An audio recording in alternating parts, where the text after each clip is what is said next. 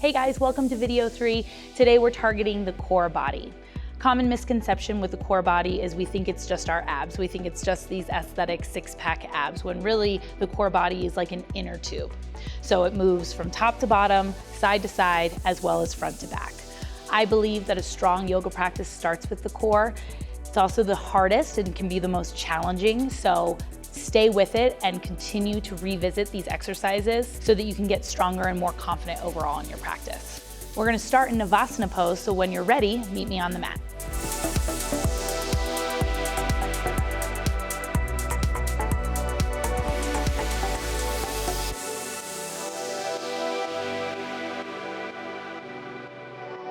Starting with your feet planted, one of the most important things to remember about Navasana or boat pose is that it's not just about core body. Navasana targets your quads as well as your hip flexors.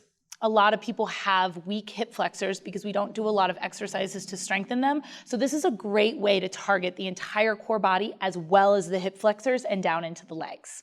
So I'm gonna have you start with your knees together, and I want you to just bring your hands to the top of your knees, and I want you to find some length through your spine. A lot of times in boat pose and Navasana, because we don't have that low core body strength just yet, we find a collapse in the body. So we find this rounding through the spine. What we want to find in boat pose, ideally and eventually, is a nice elongated spine. So the lower lumbar curve accentuates, we lift up through the heart, and we find a nice lifted chest. From here, I'm going to have you lean back ever so slightly and just lift your feet carefully off the ground. You can kind of find that sweet spot. So we're trying to find that sweet spot between the sit bones and your tailbone. So finding that spot in your own body, you can kind of feel your sit bones pressing into the mat as you feel your pelvis kind of tilt forward and tilt back. So what I'm going to have you do here now is pull your upper thighs to your low belly, lift your heart, and come into this modified boat shape. My feet are still active, and from here, I'm going to activate my arms by reaching my fingertips forward. This is a great place to start, and I can already feel it in my hip flexors. I'm going to reach forward, lift up through my heart, and then I'm going to start to just bring my shins parallel. This is a great modification for Navasana if you can't get the legs straight just yet. From here, one of the exercises we can do to start to increase that stability and that strength is by extending one leg and reaching the opposite hand for the toes. So I'm going to start by extending my left leg and reaching for the ankle or the toes, coming back to center, and then extending my right leg, reaching for the toes, coming back to center. You can keep the legs out in front of you for a little bit of an easier exercise. For a little bit more of a challenge, you're going to pull the knees in closer to the chest and try for a completely straight leg. I can feel this in my quads and my hip flexors warming up through the core body as well. Do that a few more times, right and left. Continuing to breathe, continuing to keep the heart lifted, and then come back to your center, plant your feet to the ground, and pause. From here, I'm going to have you scoot a little bit towards the top of your mat, and we're going to start to create this low boat or a hollow shape. In gymnastics, it's typically called a hollow. In yoga, we typically call it a low boat position. So you're going to come back to that boat shape. So we'll start in the modified position, bring your shins parallel with the mat, and extend your arms forward. From here, you really want to think about control. So I'm going to suck my belly button in towards my spine, and I'm going to slowly start to extend my legs and come on down to my mid-thoracic spine. The important part here is to keep the glutes active to protect the low back, to keep my shoulders lifting off the mat, and extend my arms forward. This is a low boat shape or a hollow. I can already feel some shaking and trembling in my core body, so I know I'm working here. I'm going to keep my feet together. My toes are active. I don't have any lazy feet. For an added challenge, I'm going to bring my biceps by my ears, keeping my shoulders off the mat and creating this nice arch through the entire front side of my body. You'll pause here. It's a lot of work. And then pull your knees into your chest to release. Whew. Feel that in the body. Take a breath. Feel that core body. And now we're going to move in and out of that hollow shape. As a modifier, you can extend your arms out down by your sides.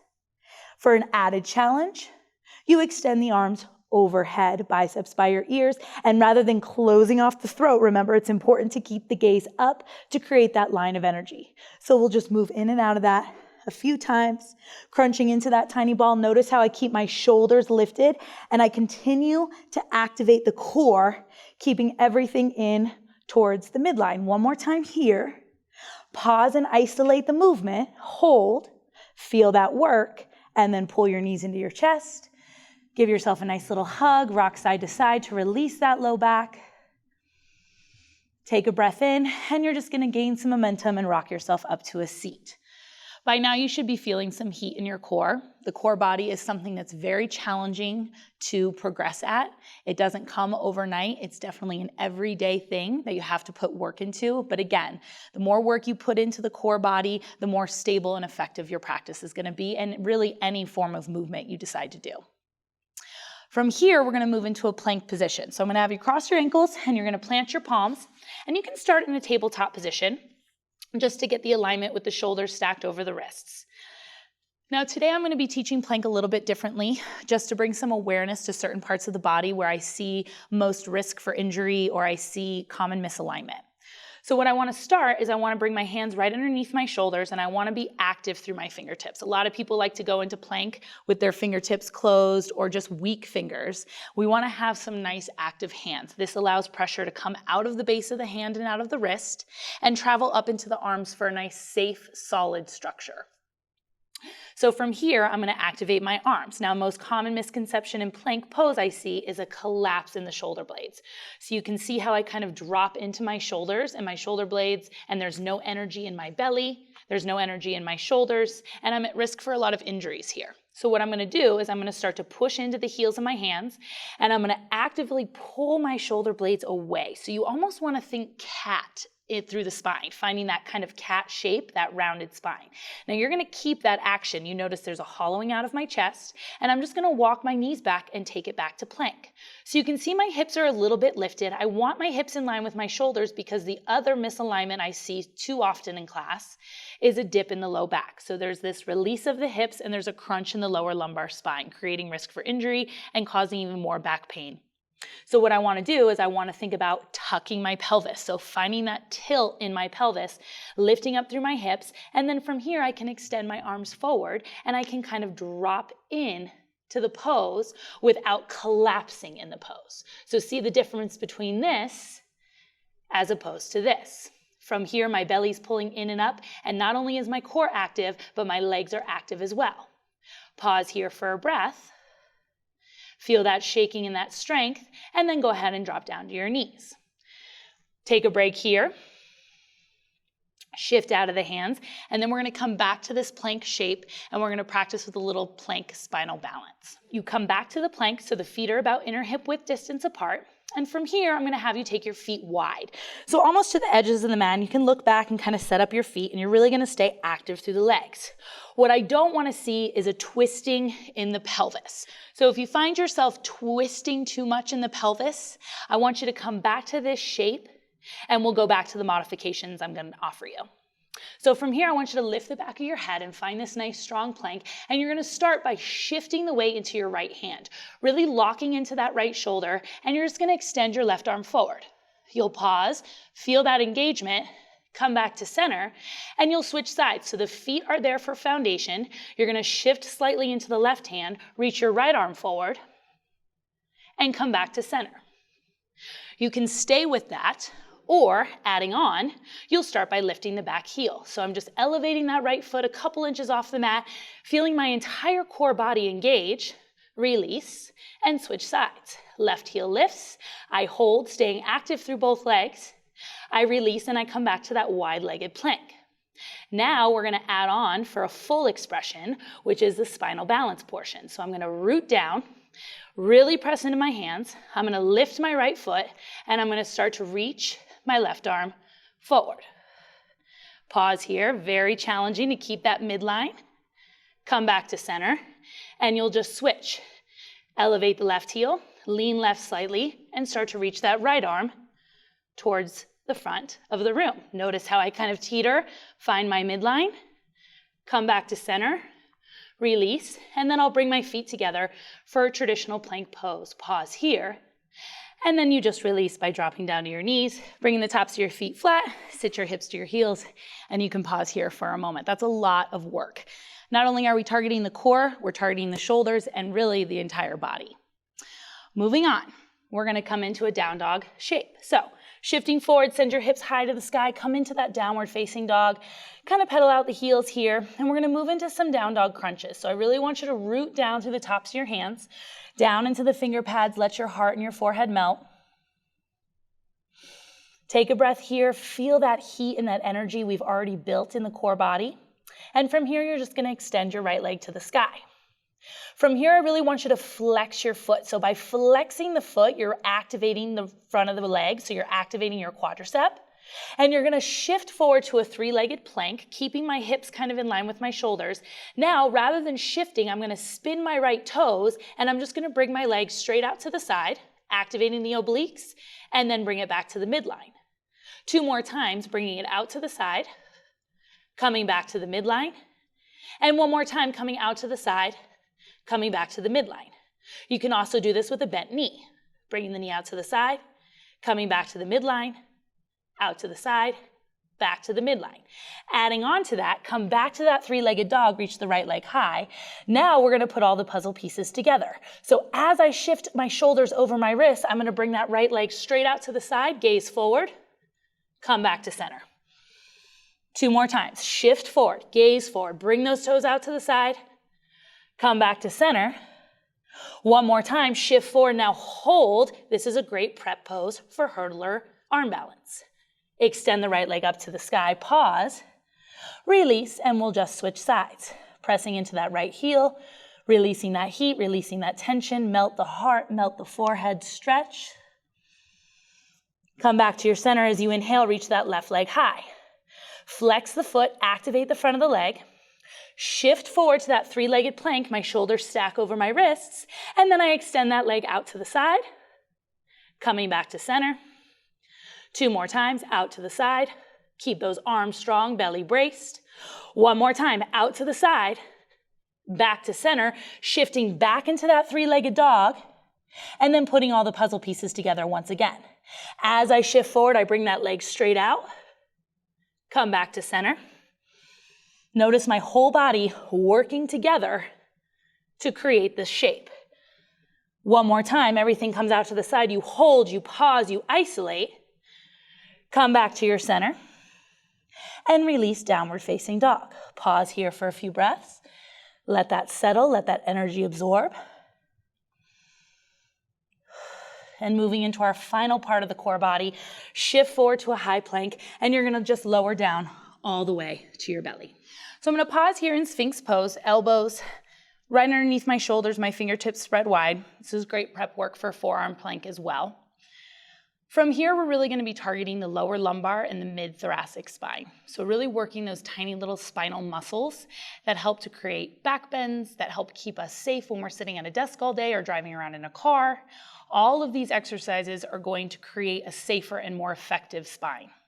So from here, I want you to lower all the way down to your bellies, and you're gonna bring your hands right underneath your shoulders. So some people, I see a common misconception, the hands are too far forward. I really want you to activate, so pull the hands back, and right away I feel that right in my lat. So I'm gonna pull my hands back, and I'm gonna think about pointing my elbows straight up to the sky. Now from here, I want you to pull your belly button off the mat. So feel the front side of your core activate. Feel your inner heels draw together. Now start to activate your glutes. Again, that's that hugging of the hips motion, is drawing the glutes together and just finding some natural engagement through the gluteal muscles. From here, hands spread wide, fingertips active, you're just gonna find a baby cobra. So I'm just gonna lift up a few inches off the mat, Bhujangasana. From here, one of the common things I see is this, a collapse in the shoulders, a collapse in the neck. So you really wanna push into the heels of your hands and point the elbows straight back. Allow the heart to draw forward as you lift up through the crown of your head. There's a lot going on here, but it's this equal but opposite energy. As you exhale, release and lower down.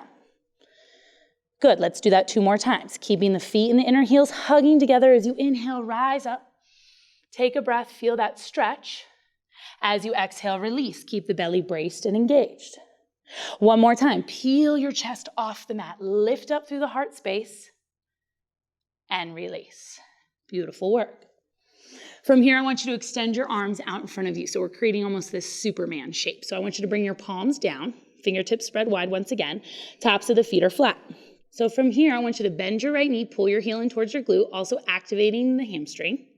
And I want you to spin your right palm to the sky. So this is a challenging pose and it takes some body awareness. So I want you to keep your left side body active and you're just going to start to lift your right heel and see if you can get it above your head. So if you're looking in front of a mirror, you want to be able to see your heel behind you. And then you'll just release that. Keep your left glute strong and do that again. Lift the heel. Now from here, I'm going to tent my left fingertips to find energy through my left arm. I'm going to lift my chest slightly and I'm going to start to bend my right elbow and reach back for my right shoulder blade. Right here, I feel my entire lat engage. I'm going to release that and then do that again. Spin my palm, bend my knee, move the arm and the foot together. Come back to center and we'll switch sides. I'm going to tent my right fingertips. Pull your left heel in towards your glute, spin your left palm to the sky. Tent your right fingertips, so really gripping down through the finger pads.